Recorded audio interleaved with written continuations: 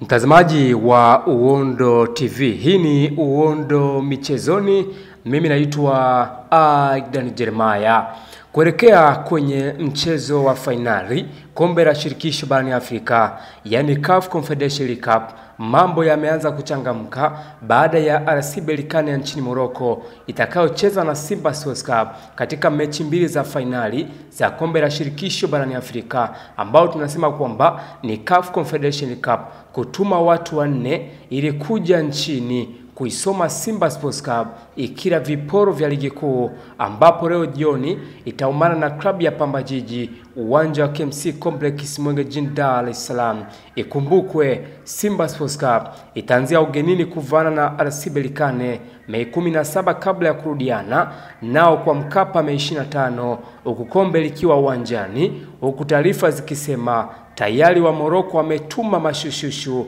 yani papetism wanne ili kuipeleleza vya kutosha Simba Sports Club katika mechi za ligi kuu kabla ya kuwasubiri kwa fainali ya kwanza ugenini nchini Morocco. Hivyo basi Simba imetinga fainali kwa kuingoa Stellenbosch ya Afrika Kusini kwa ushindi wa jumla wa bao 1-0, wakati wapinzani wake walitoa CS Constantine ya Algeria kwa jumla ya mabao ni 4-1. Na katika kuhakikisha wanaisoma kwa undani, Berkane imetuma mashushushu hao wanne, akiwemo mtathmini wa mechi kupitia video, yani video analysis. Mbali na video analysis, wengine waliokuja kuisoma Simba Sports Club ni pamoja na mmoja wa viongozi wa klabu hiyo iliyopo ligi kuu nchini Morocco, yani Batora Pro, na kigogo mmoja wa wizara ya michezo nchini humo. Yes, mtazamaji wa Uondo TV, hiyo ni taarifa ambavyo inaeleza namna ambavyo wapinzani wakubwa wa klabu ya Simba Sports kwenye hatua ya mchezo wa fainali kombe la shirikisho barani Afrika, ambao tunasema kwamba ni CAF Confederation Cup, hatimaye wameshafika jijini Dar es Salaam Tanzania, kuweza kutafuta vitu kadha, lakini hii ni maandalizi kuelekea kwenye mchezo wa fainali, mchezo wa duru ya kwanza ambavyo Simba itacheza Mei 17, tunasema kwamba nchini Morocco. Je, namna ambavyo video analysis pamoja na moja kati ya kiongozi ambaye anatoka katika wizara ya timu ya tunasema kwamba nchini Morocco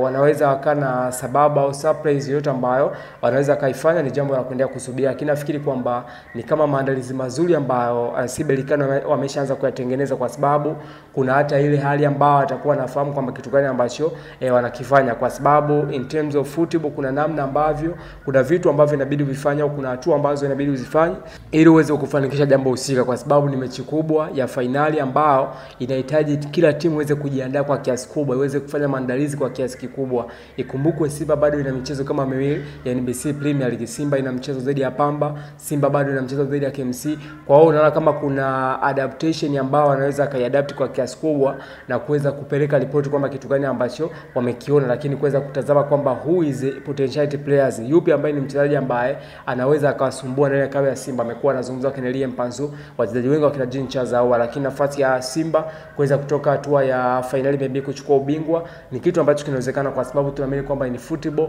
everything can happen, kwamba kwenye mpira miguu kila kitu kinawezekana. Kwa hiyo ni maandalizi tosha ambayo wanaendelea kuyafanya RS Berkane, lakini naamini hata Simba na wenyewe wangekuwa wanafanya maandalizi makubwa hata nchini Morocco, mpaka sasa hivi wangekuwa tayari wameshatanguliza